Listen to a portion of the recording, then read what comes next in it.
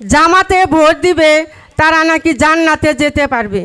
আচ্ছা, আমরা মুসলমান, আমি মুসলিম হিসাবে ইসলামকে সম্মান করি, কোরআন সম্মান করি, নামাজ পড়ি, এটা আমার ঠিক আছে। কিন্তু এখন এর সাথে আমি যদি এগুলো না করে যদি একটা অন্যায় কাজ করি বা অন্য একটা খারাপ কাজে লিপ্ত হই, তাহলে কি আমি জামাতে ভোট দিলে কি জান্নাত পাবো? এইটা যদি মুসলমানের ক্ষেত্রে হয়, নামাজ রোজার ক্ষেত্রে, তাহলে হিন্দু মা বোনেরা ভাইরা কি করবে? ওনারা তো মুসলমানরা, তাহলে ওনারা কি স্বর্গে যেতে পারবে? সাপোজ আমার একটা ভাই, অন্য কেউ কিছু মনে করবেন না, এটা বাস্তব কথা বলতেছি, চারিপাশে পরিপ্রেক্ষিতে যে অবস্থা সেইখান থেকে।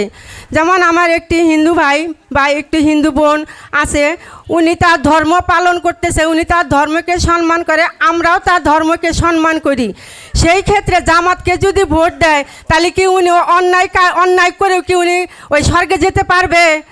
আমরা এই সমস্ত ভুল বিভ্রান্তি থেকে দূরে রেখে আমরা নিজের সজ্ঞান থেকে চেষ্টা করব যোগ্য ব্যক্তিকে।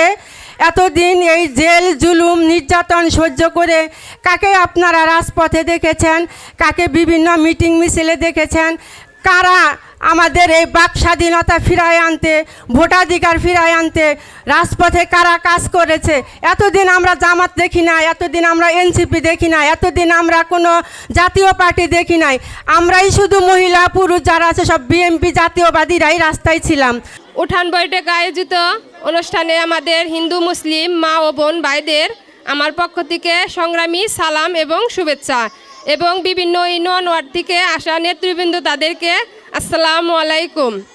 আমার নাম মুসাম্মদ আরিফা আক্তার, আমার বাড়ি 4 নং ওয়ার্ড দক্ষিণ বেডডোবা, এবং আমি এই গ্রামের বউ। এবং আপনাদেরকে আমার একটাই অনুরোধ, উঠান বৈঠকের আয়োজিত করেছি, সবাই আমার পক্ষে আসছেন, তাদেরকে ধন্যবাদ এবং আমার কথায় সাড়া দিছেন। উঠান বৈঠকের আয়োজিত হচ্ছে আমাদের টিটু ভাইকে নিয়ে, এবং টিটু ভাইয়ের হাতকে শক্তিশালী করার জন্য সবাইকে হাতে হাত রেখে কাজ করব। এবং আমরা নারী সব পারি, আমাদের নারীদের অধিকারই বেশি, এবং সবাই আমরা অধিকার আদায় করে নিব, ভোটারের অধিকার আদায় করে নিব। এতদিন আমরা ভোট দিতে পারি নেই, আমরা সবাই চাই আমরা এখন জানি ভোট দিতে পারি। এতদিন দিতে চাইও আমরা পারি নেই, সবাই অনেকেই ভয়ে দেই নেই, এবং অনেক কারণে আমরা দিতে পারিনি। তার জন্য এখন আমরা সবাই আমাদের ভোটের অধিকার আদায় করে নিব, এবং টিটু ভাইয়ের হাতকে শক্তিশালী করব, এবং বিএনপিকে আমরা হাতকে শক্তিশালী করব। আমরা সবাই টিটু ভাইয়ের সাথে থাকব, আমরা টিটু ভাইয়ের হাত শক্ত করব। আমরা নারী পুরুষের থেকে কিন্তু নারীরা ভোটার অনেক বেশি। বোনেরা বলেন, ভোটার অনেক বেশি না? আমরাই পারি বিএনপিকে ক্ষমতায় নিতে, নাকি পারি না? অবশ্যই পারি। আমরা চেষ্টা করব, আমরা মাঠে কাজ করব, মা বোনদেরকে বুঝাবো। এই যে ইয়েরা বলতেছে জামাতের লোক, কিন্তু অতি শীঘ্রই তারা দাঁড়িপাল্লায় ভোট চাইতেছে।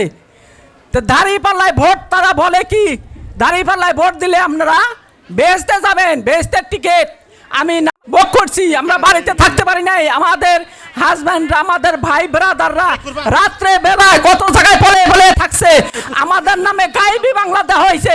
গাইবি মামলা জীবনে আমার বাপদাদা 4-14 বছর শুনি নাই। গাইবি মামলা কারে কয়? গাইবি জানাজা হয়, গাইবি কোনোদিন মামলা হয় না। সেগুলো আমাদের শুনতে হয়েছে। যাতে আমরা এটা না শুনি সেইভাবে আমরা কাজ করব। টিটু ভাইকে আমরা ভোটে পাস করাবো, তারে মন্ত্রী এমপি বানাবো, এমপির থেকে মন্ত্রী বানাবো, তারে সংসদে আমরা পাঠাবো। এই দিদায় আমরা কাজ করব, আপনারাও কাজ করবেন সবাই। দয়া করে এই কথা আপনাদের কাছে আমি বলে আমার কথা আমি শেষ করছি। আল্লাহ হাফেজ, আসসালামু আলাইকুম, ভালো থাকেন সবাই। আপনারা বিসমিল্লাহির রহমানির রহিম। আমাদের সকল মা বোনেরা আছে, আমরা সবাই নিজেরা টিটু ভাইয়ের শক্ত করে হাত ধরার জন্য অনুরোধ করব। বিএনপির হয়ে কাজ করে টিটু ভাইয়ের সাথে কাজ করে টিটু ভাইয়ের হাতকে শক্তিশালী করার উদ্দেশ্যে এখানে উপস্থিত হয়েছি। আমরা সবাই মিলে বিএনপি ধানের শীষ মার্কায় একসাথে সবাই মিলে ভোট দিয়ে বিএনপি দলকে শক্তিশালী করব, টিটু ভাইকে মন্ত্রী হিসাবে। সবাইকে অগ্রিম দাওয়াত রেখে আমরা কেন মহিলাদেরকে এত প্রায়োরিটি দিচ্ছি? মহিলাদের ভোটেরও যে দাম, আমার ভোটেরও ঠিক সেই দাম, তার মধ্যেও মহিলাদের প্রায়োরিটি বেশি। কারণ আমি ছেলে মানুষ, আমি একটা কার্ড পাবো না, কিন্তু আমার প্রতিনিধি হিসাবে আমার বউ সেই কার্ডটা পাইতে পারবো। আমার বউ মানে আমার মহিলারা সেই কার্ড পাবে। তাই আমি মনে করি মহিলারা যে কার্ডটা পাবে সেটা কি আপনাদের মাসিক ভাতা, চিকিৎসা ভাতা, তারপরে শিক্ষা ভাতা, সকল ব্যবস্থা দেওয়া হবে এই 31 দফার মধ্যে আছে। আমরা সেই 31 দফা নিয়ে আপনাদের মাঝে এসেছি।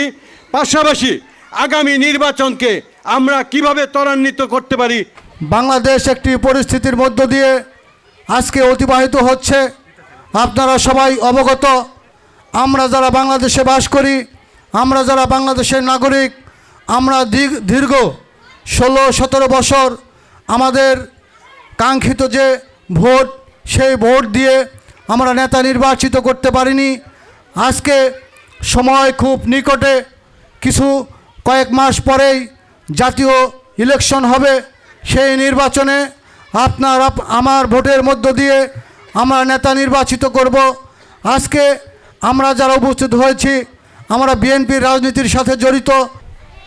সে যদি এমপি হয়, এমপি হলে মন্ত্রী হবে, আর মন্ত্রী হলে আমি মনে করি এই বেডডুবা গ্রামেরই সর্বোচ্চ উন্নয়ন হবে। আপনারা কি মনে করেন? সবচেয়ে বেশি উন্নয়ন হবে কিন্তু এই গ্রামের। অতএব আমাদের এই গ্রামের যারা আছি, আমরা হিন্দু মুসলিম ভাই বোন যারা সবাই আছি, আমরা সবাই একত্রে মিলেমিশে আমাদের জননেতা জনাব বেনজির আহমেদ টিটু ভাইয়ের পক্ষে কাজ করবার আহ্বান জানিয়ে। ফ্যামিলি কার্ড কি, এগুলা কোনো পুরুষের নাম আসবে না। যে সংসারের মা বোনেরা আছেন তাদের মধ্যে একটি করে কার্ড দেওয়া হবে। সে কার্ডে 1 মাসের আপনার ফ্যামিলির যত কিছু লাগে এইটার ব্যবস্থা এখানে আছে। 2 নম্বর, শিক্ষার ব্যবস্থা রয়েছে। 3 নম্বর, আপনার 1 কোটি মানুষের চাকরি হবে 1 বৎসরের মধ্যে।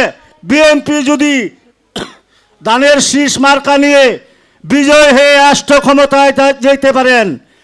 5ই আগস্টের পরে আমরা নতুন করে স্বাধীন হয়েছি এবং এই দেশ আবার নতুনভাবে গড়ার চিন্তা ভাবনা আমরা ব্যস্ত আছি। তাই আপনাদের সঙ্গে উপস্থিত হয়েছি আপনাদের সঙ্গে কথা বলার জন্য। সেটা হলো আগামী নির্বাচনে আমরা আপনাদের সম্মুখে ধানের শীষ মার্কা নিয়ে বিএনপির কর্মী হিসাবে আপনাদের সামনে উপস্থিত হয়েছি। আগামী নির্বাচন ফেব্রুয়ারি মাসের ডিক্লেয়ার দিয়েছেন অন্তর্বর্তীকালীন সরকার। অবশ্যই ফেব্রুয়ারি মাসে নির্বাচন হবে। আমরা যতটুকু জেনেছি আমাদের প্রিয় নেতা বেনজির আহমেদ টিটু ধানের শীষ মার্কা প্রতীক নিয়ে আপনাদের সামনে নির্বাচন করার জন্য আসবে।